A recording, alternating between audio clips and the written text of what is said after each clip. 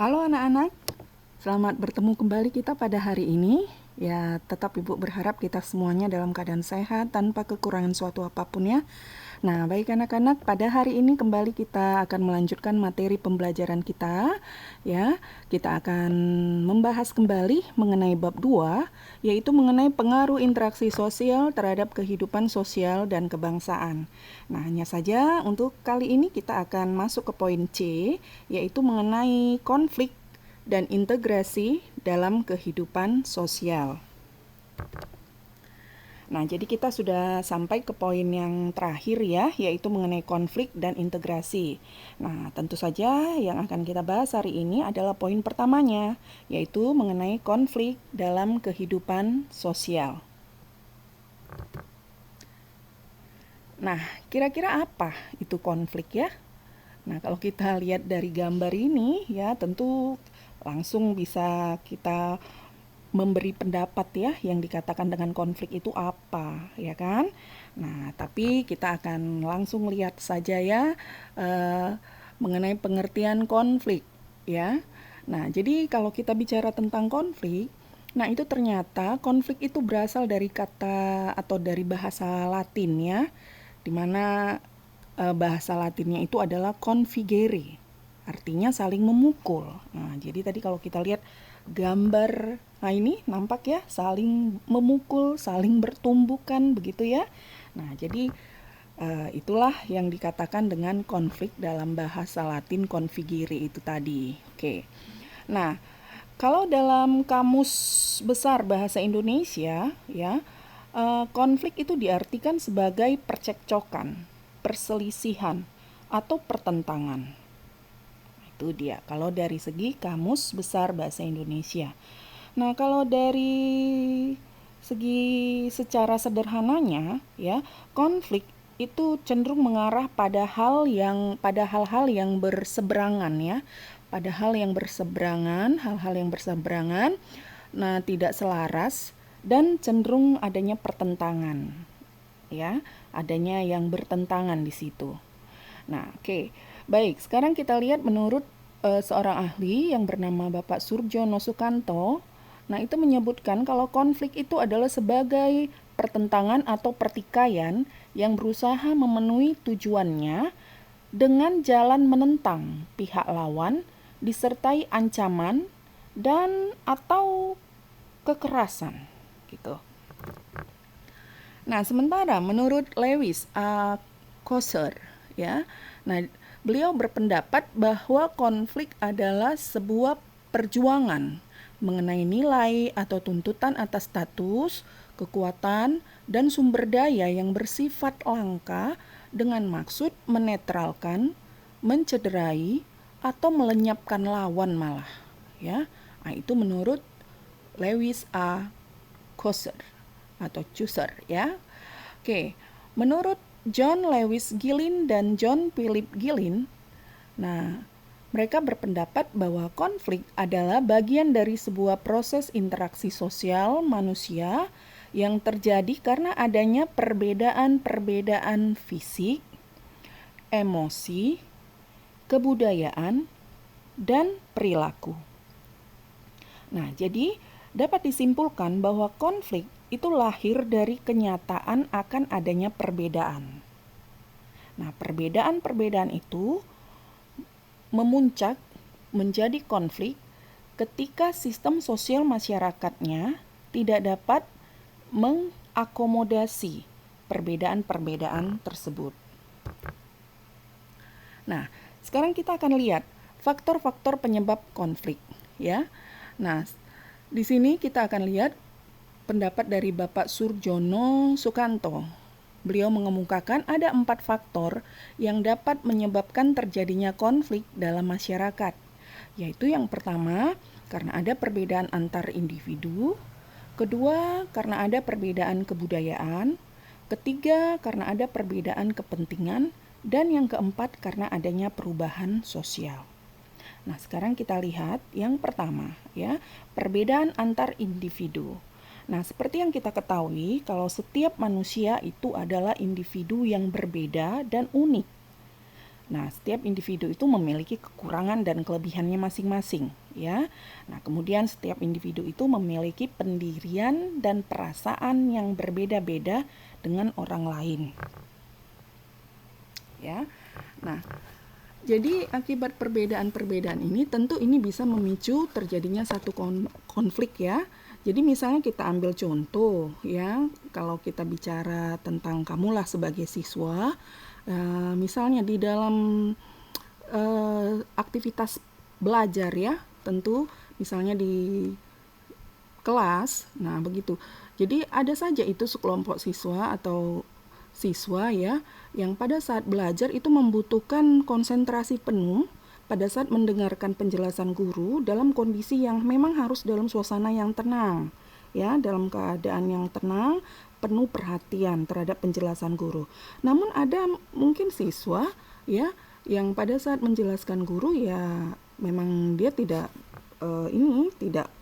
tidak perlu terlalu tenang, dia bisa mungkin mendengarkan mengerti ataupun bisa jadi yang nggak mengerti sebenarnya, tapi dia memang merasa ya nggak apa-apa lah sambil belajar, sambil sedikit guit-guitan dengan teman, ribut atau bagaimana ya. Nah tentu bagi siswa yang membutuhkan konsentrasi yang penuh, suasana yang tenang, itu bisa menimbulkan rasa terganggu ya.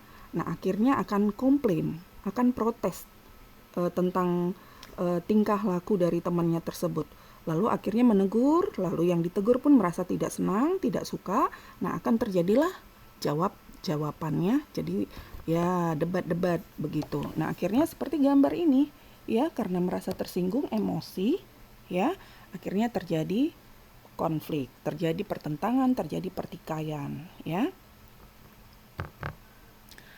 Nah, yang kedua, itu bisa saja disebabkan oleh faktor perbedaan kebudayaan ya. Nah, setiap kepribadian seseorang itu sedikit banyaknya dibentuk oleh kelompoknya. Nah, setiap orang dibesarkan dalam lingkungan dengan budaya yang berbeda sehingga cenderung terpengaruh pola pemikiran dan pendirian kelompoknya. Nah, secara sadar atau tidak, nah hal itu tentu saja dapat menyebabkan pertentangan. Nah, tentu kelompoknya di sini ya, oke, berawal dari keluarga ya, keluarga yang memang berasal dari satu kebudayaan, satu suku, satu etnis tertentu, di mana itu pola pikiran, karakteristik, kebiasaan-kebiasaan di rumah itu ya kadangkala mengikuti ya kelompoknya tadi, kondisi kebudayaannya masing-masing yang diterapkan, ya. Jadi contohnya misalnya ada anak-anak yang dibesarkan dalam masyarakat yang menjunjung tinggi nilai kesopanan dan cenderung bersikap sopan, bertutur kata yang lembut, ya kan? Ketika bertemu atau berbincang dengan orang lain itu penuh dengan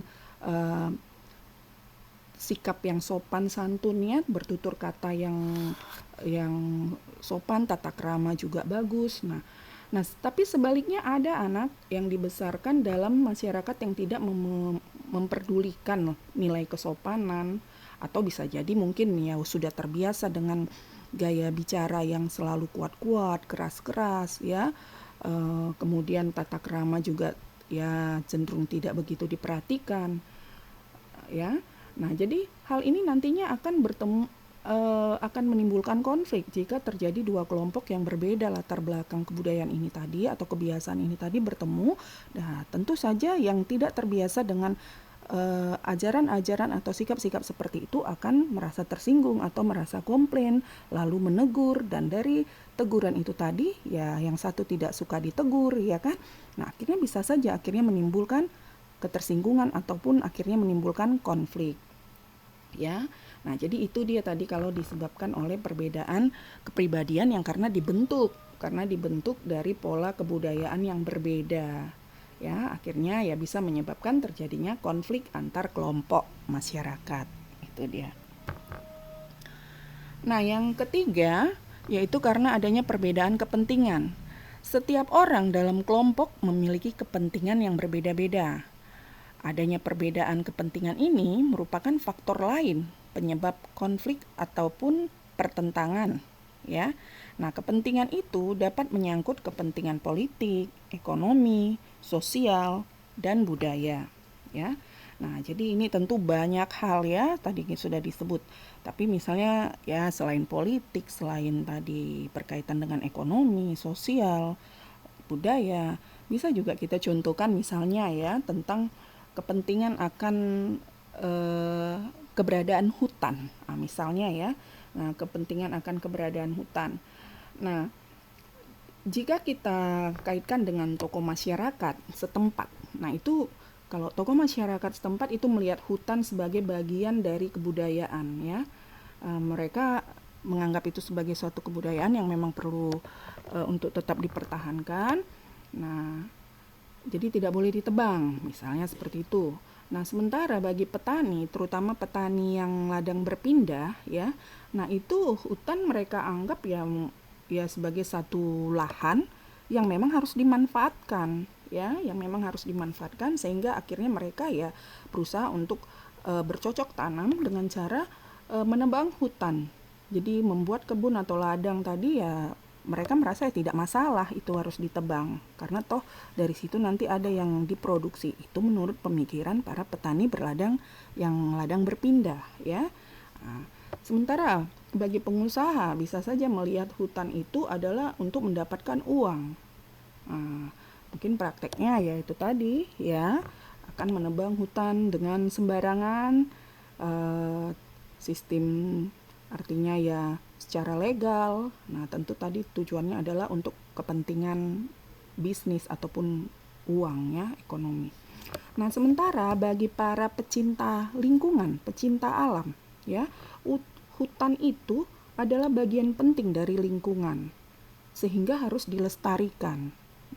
Nah, tentu saja hal-hal ini akan menimbulkan konflik ya, apalagi kalau dilihat misalnya pengusaha yang melakukan perambahan hutan lalu melakukan kegiatan industri eh, pabrik kayu dan lain sebagainya lalu penebangannya juga secara sembarangan ya tanpa memikirkan eh, kelestarian dari lingkungan, tentu ini akan mendapat protes secara besar-besaran dari para kelompok pecinta lingkungan. Nah, ini ya perbedaannya ya. Perbedaan kepentingan. Nah, yang keempat yaitu perubahan sosial. Akibat perubahan sosial bisa menimbulkan konflik. Nah, masyarakat mengalami berbagai perubahan seiring dengan perkembangannya, kebutuhan dan pengetahuannya, ya, perkembangan kebutuhan dan pengetahuan. Nah, perubahan dalam masyarakat akan mempengaruhi cara pandang sebagian anggota masyarakat atas nilai, norma, dan perilaku masyarakat. Perubahan adalah sesuatu yang lazim dan wajar ya. Kalau terjadi itu ya tentu itu yang kita harapkan. Kita juga tidak mau stuck, tidak mau tetap pada satu keadaan. Kita ingin berubah, tapi ya tentu perubahan yang kita harapkan adalah perubahan yang positif ya. Nah, tapi jika terjadi perubahan itu, bila terjadi perubahannya itu berlangsung dengan cepat dan meluas, situasi seperti itu dapat memunculkan konflik dan pertentangan ya, karena ada saja kelompok-kelompok yang tidak siap dengan perubahan yang ada, tapi ada kelompok yang siap. Nah, biasanya antara kelompok yang siap dengan yang tidak siap ini, atau antara kelompok yang bersifat dan bersikap terbuka terhadap perubahan dengan kelompok masyarakat yang tidak terbuka terhadap perubahan, tentu inilah yang akan akhirnya menimbulkan konflik ya. Nah, akhirnya muncullah unjuk rasa karena ketidakpuasan, lalu terjadilah pertikaian, pertentangan, ya. Nah, itu dia. Nah, jadi baik itulah faktor-faktor yang menyebabkan konflik. Nah, untuk hari ini kita akan bahas hanya sampai di sini ya. Tentu kita akan lanjut materi kita nanti tentang yang lain lagi yang berkaitan dengan konflik ini. Nah, jadi baik apa yang kita pelajari hari ini semoga kalian dapat memahami, dapat mengerti ya. Nah, jadi supaya bisa mengerti, supaya bisa memahami ya tidak ada salahnya kalian tetap mengulang-ulang, tetap berusaha untuk memahami materi yang kita sampaikan. Oke, baik anak-anak, sampai di sini dulu. Selamat belajar, tetap jaga kesehatan. Oke, baik, sekian dan terima kasih.